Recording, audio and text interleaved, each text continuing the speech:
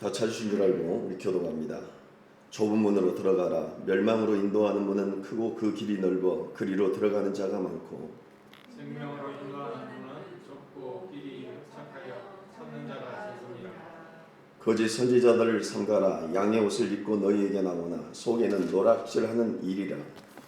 그들의 열매로 그들을 알지니 가시나무에서 돌을 만든 키에서 뭐가를 따겠느냐.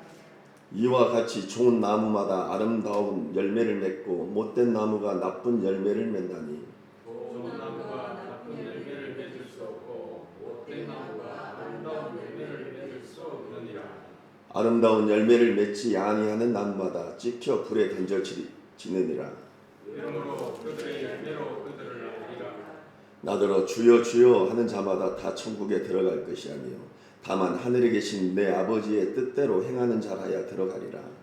그날 많은 사람이 나더러 이르되 주여 주여 우리가 주의 이름으로 선지자 노릇하며 주의 이름으로 귀신을 쫓아내며 주의 이름으로 많은 권능을 행하지 아니하였나이까 하니 그때 내가 그들에게 밝히 말하되 내가 너희를 도무지 알지 못하니 불법을 행하는 자들아 내게서 떠나가라 하리라.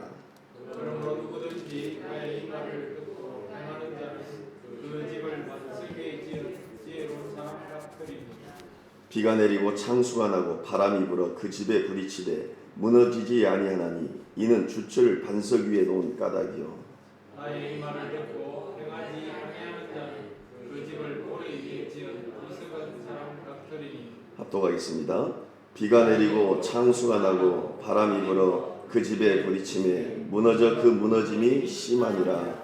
아멘. 우리가 지난주에 이어 좁은 문, 생명으로 인도하는 문이라는 주제로 두 차례에 걸쳐서 이야기를 나누고자 합니다. 내가 서 있고 내가 지금 가고 있는 길이 성경에서 말씀하시는 진리의 기름을 점검하는 가장 확실한 표는 내 삶 가운데서 맺어지는 열매다. 우리가 지난주에 이야기를 나눴죠. 그러기에 우리는 우리 자신을 두리뭉실하게 살피는 것이 아니라 신중하게, 예민하게, 그리고 냉정하게, 날카롭게 자신을 점검하고 또 우리의 삶과 마음의 상태를 점검하고 또 점검해야 한다. 이렇게 이야기를 나누었습니다. 오늘 두 번째로 반복하여서 살펴보고자 합니다. 이 설교자가 복음을 강조하다 보면 청중들은 행위의 문제를 복음과 반대로 여깁니다. 이런 생각 혹시 해보셨는가요? 내 믿음의 증거는 어떤 것이 증거일까? 그리고 내 믿음의 증거는 어떻게 증명을 해야 될까? 성경은 선한 행위는 믿음의 증거다 이렇게 말하고 있어요. 우리가 입술로 신앙 고백을 해서 그 사람이 거듭남의 완전한 증거가 될 수가 없어요. 자, 잘 새겨 들으십시오. 내 입술로 신앙 고백을 한다고 해서 그 사람이 거듭남의 완전한 증거가 될 수 없다는 거예요. 자, 우리가 여기서 단순히 뭐해서 사도신경으로 우리의 신앙 고백을 했다고 해서 모두가 거듭난 그리스도인일 수는 없다는 거예요. 오늘 본문은 좁은 길과 좁은 문을 제시하고 이 길의 방향과 정반대로 향하는 그리고 목적지도 다른 세 가지 대조를 들어서 우리에게 제시하고 선택의 여부를 묻고 있습니다. 자, 세 가지 대조를 한번 여러분들에게 말씀해 드리겠습니다. 첫 번째 대조는 적절하게 넓은 문이고 넓은 길이 등장합니다. 13절을 한번 볼까요?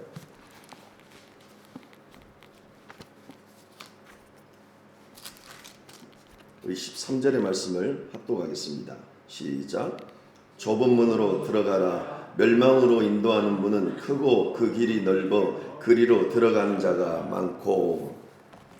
자, 이 문은 어떤 문인가요? 첫 번째로 크게 노력하지 않아도 되는 문이에요. 두 번째는 출입에 대한 조건이 없어요. 세 번째, 외관상 좋게 보입니다. 자, 여러분들 한번 생각해 보세요. 크게 노력하지 않아도 돼요. 출입에 대한 별다른 조건이 없어요. 외관상 그렇게 좋게 보여요. 우리들이 다 선호하는 것들이에요.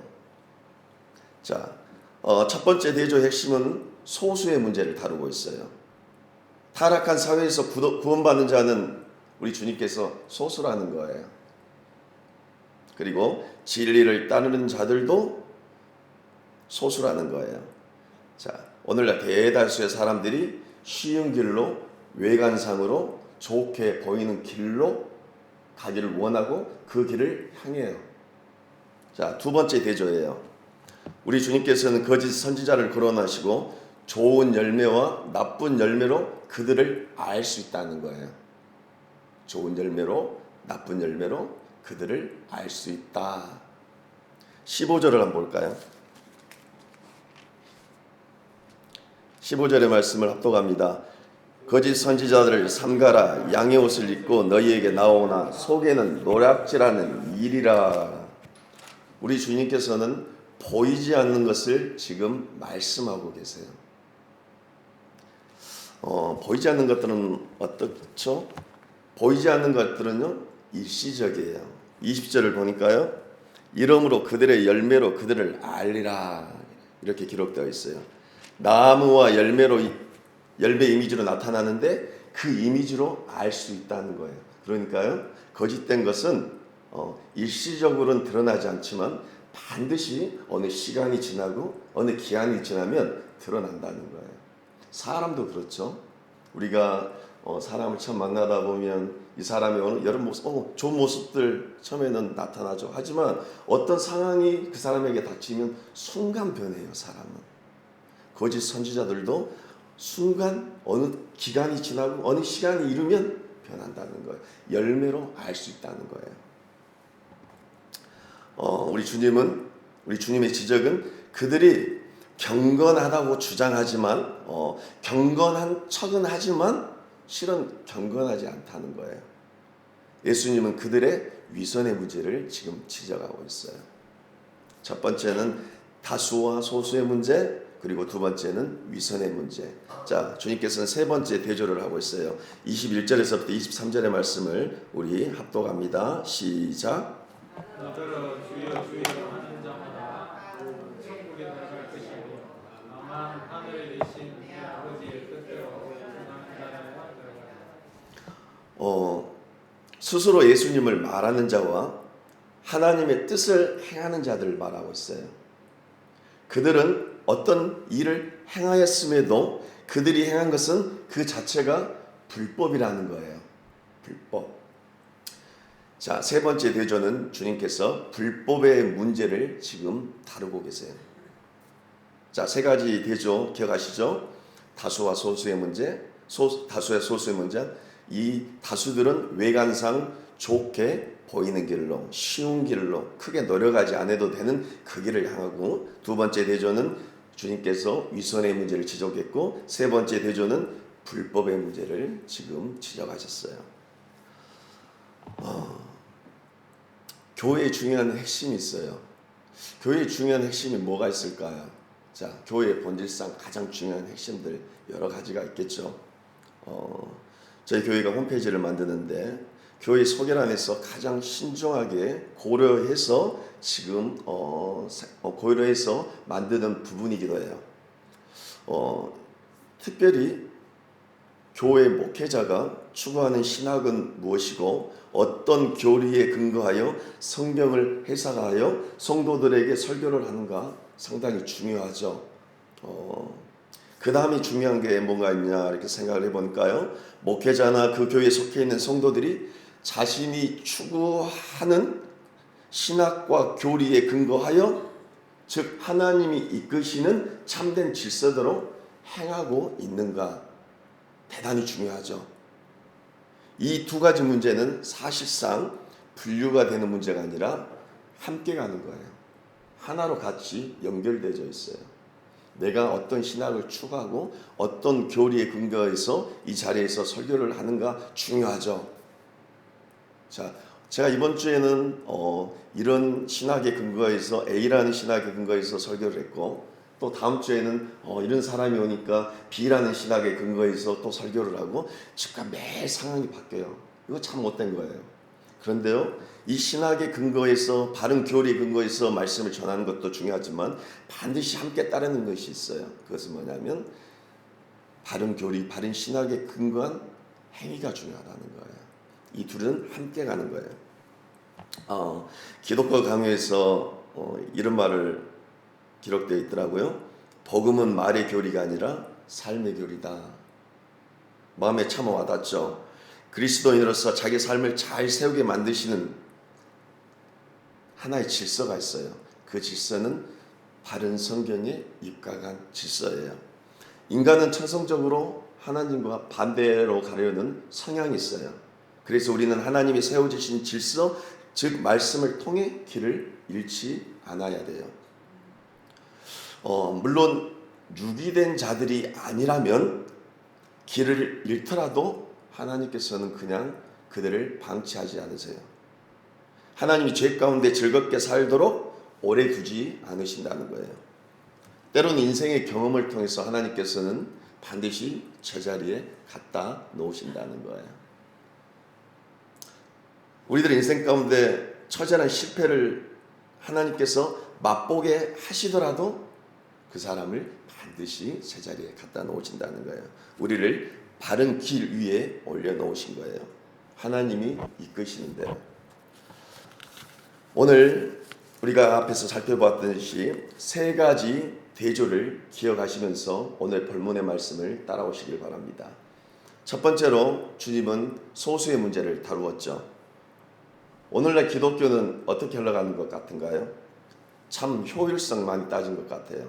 실용성을 많이 따지는 것 같아요. 목회자를 청빙할 때도 그런 것 같아요. 참 저 목회자를 우리 교회에서 청빙을 해서 참 어느 정도 효율성 있게 또 어떻게 실용성 있게 참 우리 교회가 어떤 프로그램을 받아들여서 어떻게 우리 교회를 성장하는 데 있어서 효율성 있게 실용성 있게 이 프로그램을 사용할 수 있을까? 이쪽으로 많이 치중을 하죠. 세상도 마찬가지예요. 세상의 원리와 똑같아요. 세상도 저 사람을 평가할 때 저 사람이 얼마나 정말 효율성 있을까? 얼마나 실용성 있을까? 세상의 원리예요. 이 세상의 원리가 우리 교회 공동체 안에 들어왔어요. 그러다 보니까요, 기독교의 본질과는 전혀 다른 여러 무관한 행동들을 해서라도 이 교회를 이런 실용성과 효율성의 문제로 교회를 성장시키려 하는 거죠.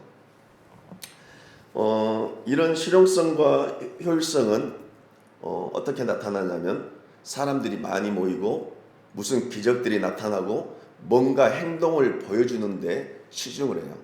그러니까 외관상의 뭔가를 나타내는데 상당히 치중을 한다는 거예요. 다수가 좋아하는 일에 치중을 하죠. 다수가 좋아하는 일에. 그런데요, 우리가 역사를 살펴봐도 진리는 늘 다수편이 아니었어요. 그렇다고 늘 소수편도 아니었죠. 세상과 구별되는 모습을 교회에서 발견하기 어려운 시대에 우리는 살고 있어요. 가장 문제가 된 게 뭘까요? 저는 경건의 문제를 지적하고 싶어요. 교회가 지녀야 할 경건한 예배 형태가 없는 시대에 살고 있어요. 그러니까 나타나는 것들 있죠. 잘 웃겨야 돼요. 그리고 간증이 되게 많아졌어요. 요란한 찬양이 대단히 많아졌어요. 이러한 모든 행태는 주로 이렇게 나타나요. 크고 높고 많고가 진리라는 거예요. 그렇게 생각 안 하신가요? 그러니까 많이 모이고 높아지고 커지는 게 진리라는 거예요. 진리. 그게 잘 가는 거라고 생각을 하고 있어요.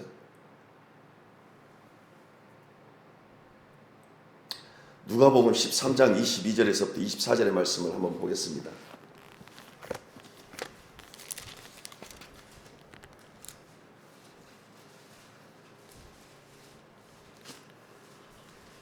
누가복음 13장 22절에서부터 24절의 말씀을 교독합니다. 예수께서 각 성 각 마을로 다니사 가르치시며 예루살렘으로 여행하시더니 어떤 사람이 여짜오되 주여 구원을 받는 자가 적으니까 그들에게 이르시되 합독합니다. 좁은 문으로 들어가기를 힘쓰라. 내가 너에게 이르노니 들어가기를 구하여도 못한 자가 많으니라. 아멘. 구원의 문제는, 또 진리의 문제는 다수와는 상관이 없어요. 소수하고도 상관이 없어요. 그러나 우리는 자꾸 다수, 높고 많고 이러한 곳에 진리가 있다고 여겨요. 두 번째 우리가 대조되었던 것들 있죠. 위선의 문제를 주님께서 지적했어요. 15절에 거짓 선지자의 위선을 우리 주님은 지적하셨습니다. 그리고 이어 그들의 행동을 22절에서부터 23절에 지적했어요. 이들은 주의 이름을 5번을 부릅니다. 주의 이름이 이 본문에 5번 등장하죠. 이들은 주님의 이름을 잘 아는 자들이에요. 즉 예수 그리스도를 아는 자들이에요. 이들은 예수 그리스도 이름으로 꽤 많은 것들을 행한 사람들이에요. 본문은 뭐라고 말하고 있죠? 선지자 노릇을 했고요, 귀신도 쫓아냈다고 말하고 있어요. 그럴싸해요. 권능을 행했어요. 나름 하나님께 영광 돌리고 쓰임 받았다고 이들은 여기고 있어요. 하지만 예수님의 판단은 뭐라고 말씀하신가요? 불법을 행했다 말하고 있어요. 본문을 준비하면서 뭐가 불법이었을까? 귀신도 쫓아냈고 선지자 노릇도 했고 관등도 행했는데 뭐가 불법이라는 걸까요? 꽤 뭔가를 했음에도 불구하고 우리 주님은 이들의 위선의 문제를 지금 지적하고 있어요. 너희들이 선지자 노릇도 했고 귀신도 쫓아냈고 권능을 행했음에도 불구하고 너희들은 위선자야 이렇게 말하는 거예요. 사람들은 그 권능을 보고 열광했겠죠. 하지만요, 그들은 위선자예요. 그들의 주된 관심사는 자신에게 있었던 거예요. 자신이 관심의 대상이 되고 싶은 거예요. 야, 나 이런 선지자야. 나 귀신도 쫓아낸 능력이 있고 나는 이런 권능을 행한 사람이야. 그런데 주님은 너 가짜야 이런 거예요. 너 나랑 상관없는 자야 이런 거예요. 너 내 이름을 팔아. 너 뱃속을 채운 자야. 너 떠나. 우리 주님 말씀하신 거예요. 무서운 거죠. 근본적으로 하나님의 뜻에 반하는 가식적인 행동이야 이렇게 말하는 거예요. 이들의 문제는 사실상 윤리적으로도 실패한 자들이에요. 단순히 율법을 어기는 문제가 아니에요. 완전히 하나님을 불쾌하게 만든 자들이에요. 세 번째 대조예요. 우리 주님께서는 불법의 문제를 다루고 있어요. 예수님을 믿는 것에도 명확히 말해서 법이 주어져요. 우리가 이 자리에서 예배를 드리죠. 우리가 한 교회 공동체를 섬기죠. 그리고 우리가 예수 그리스도를 믿어요. 하나님을 섬기는 자예요. 그런데요, 내 마음대로 믿고 내 마음대로 섬기고 내 마음대로 교회 오고 내 마음대로 하는 게 아니에요. 분명히 법이라는 게 있어요. 그 법대로 성경이 말하는 그 원리대로 성도는 살아가는 거예요. 우리의 삶을, 우리의 신앙을 이 법에 따라 우리는 점검해야 돼요. 창세기 강의에서도 제가 말씀드렸듯이 두 부류가 있어요. 경건한 부류와 불경건한 두 부류. 성경은 참 친절하게 두 부류를 제시하고 있어요. 오늘 본문을 보세요. 반석 위에서 짓는 집이 있고요, 모래 위에 집이 짓는 사람이 있어요. 제가 건축에 대해서 몰라도 모래 위에 집을 짓는 것은 불법이에요. 그 건물은 무너지게 돼 있어요. 반드시 단단한 반석 위에 집을 지어야 합법일 거예요. 자, 우리가 세 가지 대조를 이렇게 살펴보았어요.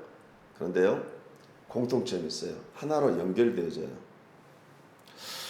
우리 주님은 너희들 어떤 의도, 어떤 마음, 어떤 기준으로 너희들 행하고 있니? 이걸 물어보는 거예요.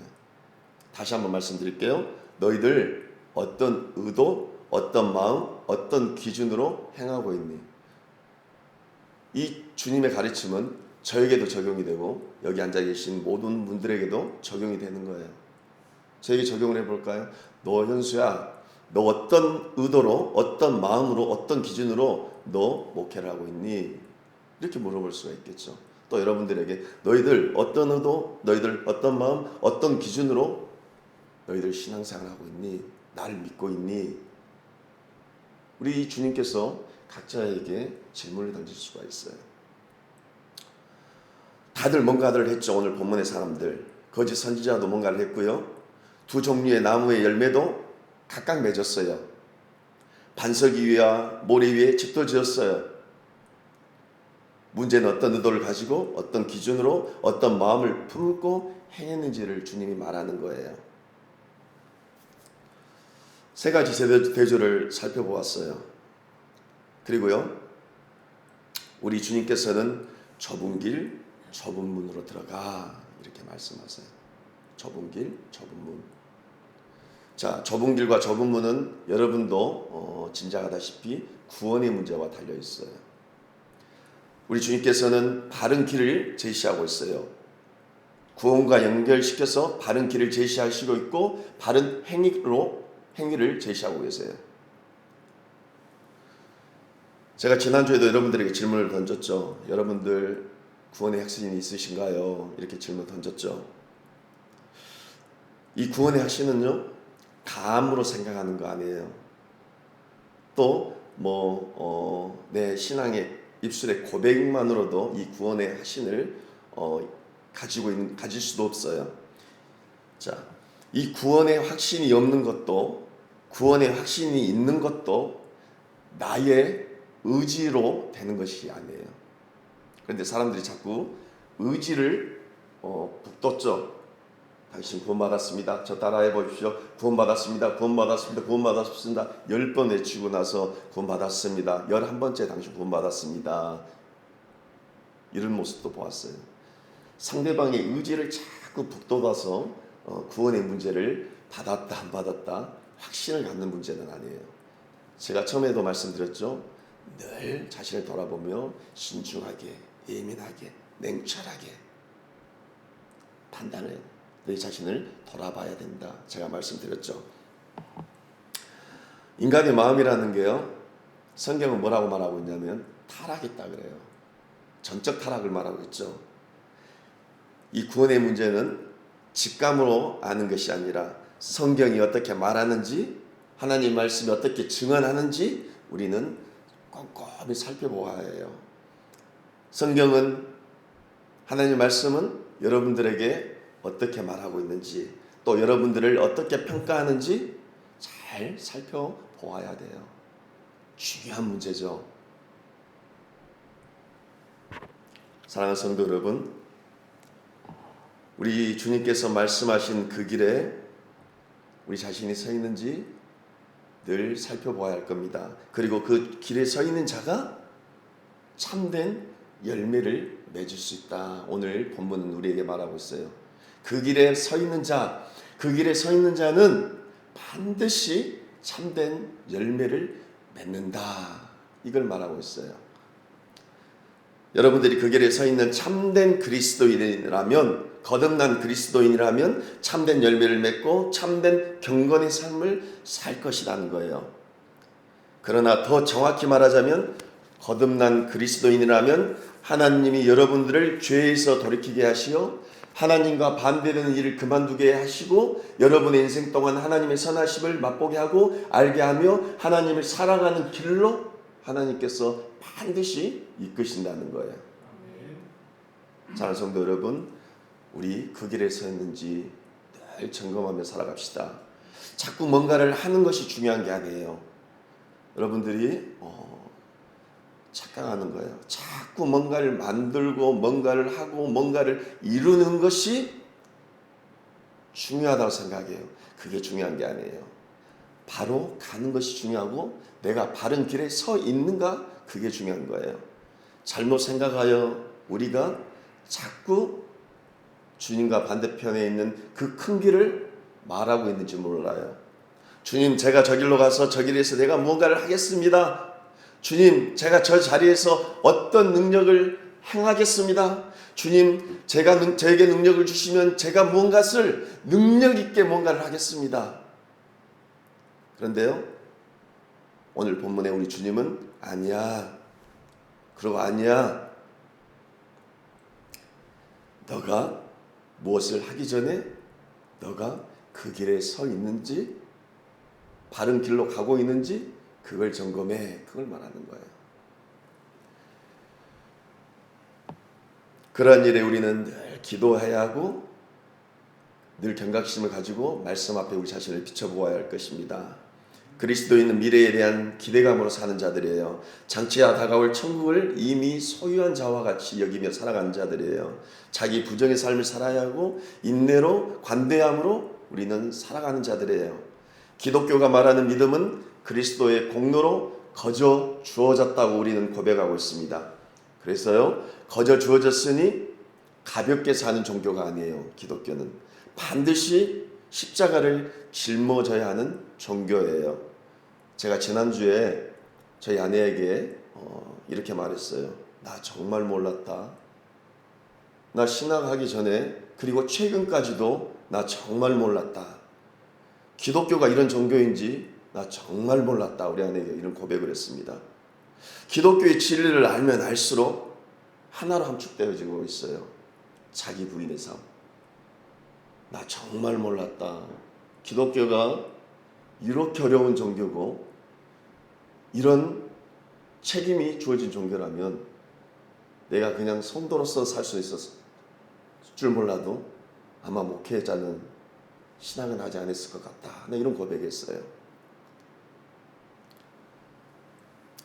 성도 인생에서 그리고 우리에게 책임이 주어졌어요. 믿음을 소유한 자로서 삶에서 살아내야 하는 책임을 완성되어 주신 그 믿음이 있는 자는 살아내어 그 믿음을 증거하는 데까지 향하게 하시는 그 책임을 우리에게 하나님께서 주셨어요. 그 책임이 우리에게 주어진 거예요. 그러기에 기독교는 은혜의 종교이지만 쉬운 종교가 아님을 기억하시길 바랍니다. 어렵죠. 그래서 기독교는 처절하게 몸부림치는 종교예요. 그래서 사람들이 참된 신자라면 자기 부인의 삶을 감당하지만 대부분 부정하며 쉬운 것으로 넓은 길로 외양성 큰 길로 보기 좋은 길로 다 떠나버리는 거예요. 여기서 번영신학이 나오는 거죠. 기독교는요, 넌 할 수 있어, 잘해, 복받아, 이런 사람들의 심리를 자극하는 종교가 아니에요. 대부분의 사람들은 다수를 선택하고 위선으로 거룩을 행사하지 않고 불법을 저지르더라도 성공을 목표로 삼고 떠나버려요. 사랑하는 성도 여러분, 오늘 말씀을 듣고 어떤 생각이 드신가요? 어떻게 하실 건가요? 그래요, 제가 잘못 생각했군요. 제가 아는 기독교랑 틀리군요. 저는요, 예수를 믿으면요, 복받고 경제적으로 부유해지고 더 많은 것들을 소유하고 더 건강해지고 더 인생이 흥하고 예전보다 더 나은 삶을 살 수 있을 거라고 생각하고 예수를 믿었는데 좀 생각이 틀리군요 하고 큰 길로 가실 건가요? 아니면 인정하시고 진정 구원받는 삶을 삶 가운데서 실현하며 자기 부인의 삶, 십자가의 삶, 그 길로 향하실 건가요? 애통하는 심정으로 죄인임을 인정하고 구원자 되신 예수 그리스도께 나오실 건가요? 늘 말씀을 살피며 주님께서 말하신 그 길로 가는 여러분들이 되기를 바랍니다. 그러기에 우리는 늘 말씀을 살펴야 합니다. 말씀에서 그 방법을 찾아야 합니다. 교회는 설교와 말씀을 공부하며 이러한 경건에 이르기를 위해 애쓰는 곳이에요. 기독교는 노력하는 종교라고 제가 말했죠. 기독교는 출입에 대한 조건이 있어요. 성례라는 제도도 있어요. 충분한 교육을 통해서 세례를 받고 성찬에 참여하고 치리가 있고 직분자를 세울 때 또 점검해서 세우는 아주 어려운 종교예요. 기독교는 외관상 좋게 보이는 종교가 아니에요. 마음을 새롭게 하는 종교예요. 높은 차원의 윤리를 요구하는 종교예요. 이러함을 알지 못하기 때문에 기독교 윤리가 바닥으로 떨어진 거예요. 두 번째는 우리는 늘 애통하는 마음으로 자신을 살펴야 합니다. 어디서부터 내가 잘못되었고 어디서부터 고장났고 왜 자꾸 반복된 일로 넘어지시는지 내 자신을 깊이 살펴야 해요.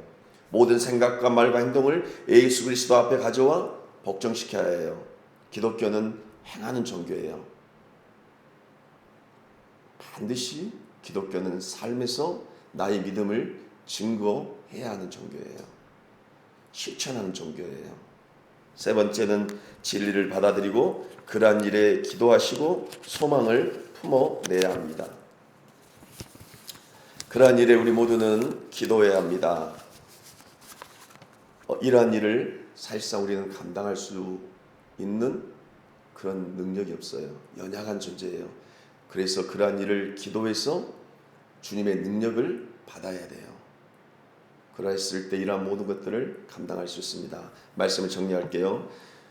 여러분이 서 계신 그 길은 어떠한 길에 있든지 금방 드러납니다. 여러분이 어느 부류에 속해 있는지 곧 드러나죠. 인간의 열정은 금방 식는다고 합니다. 인간의 의지라는 것도 쉽게 믿을 수 없어요. 상황에 따라서 그 의지는 꺾일 것입니다. 그러나 우리의 열정과 의지가 지속된다면 또한 조심스럽게 믿을 수도 있어요. 예수 그리스도께서 여러분들에게 새로운 마음을 주시고 그 마음을 지속시키기 때문입니다. 좀 부족하고 좀 못해도 상관없어요. 우리가 금요 기도회 때 살펴보았듯이 연약하여도 한 걸음 한 걸음씩 가다 보면 고향에 이르지 못할 자가 없다고 합니다. 단지 바른 길에서 바르게 가야 되는 것이 중요하겠죠. 우리의 믿습니다라는 고백은 성경에 기록되어 있는 예수 그리스도를 아는 것이고 예수 그리스도의 가르침대로 따르겠다는 것까지의 고백임을 기억하시길 바랍니다. 그 예수 그리스도가 가르치는 길은 좁다 했어요. 협착하다 했어요. 그 좁은 길을 통과하여야 좁은 문에 이른다고 우리 주님은 말씀하시고 계십니다. 그 좁은 문을 통과해야 영광에 이르는 길임을 기억하시길 바랍니다. 기억하십시오. 쉽지 않아요. 협착한 길이에요. 하지만 큰 걱정은 하지 마십시오. 우리 주님이 함께 하시고 그 길에서 우리를 동행하셔서 끝까지 이르게 하실 겁니다. 그 주님을 소망하며 함께 가는 그 길 가운데 기쁨과 감사가 늘 함께 하기를 주님의 이름으로 소망합니다. 기도합니다.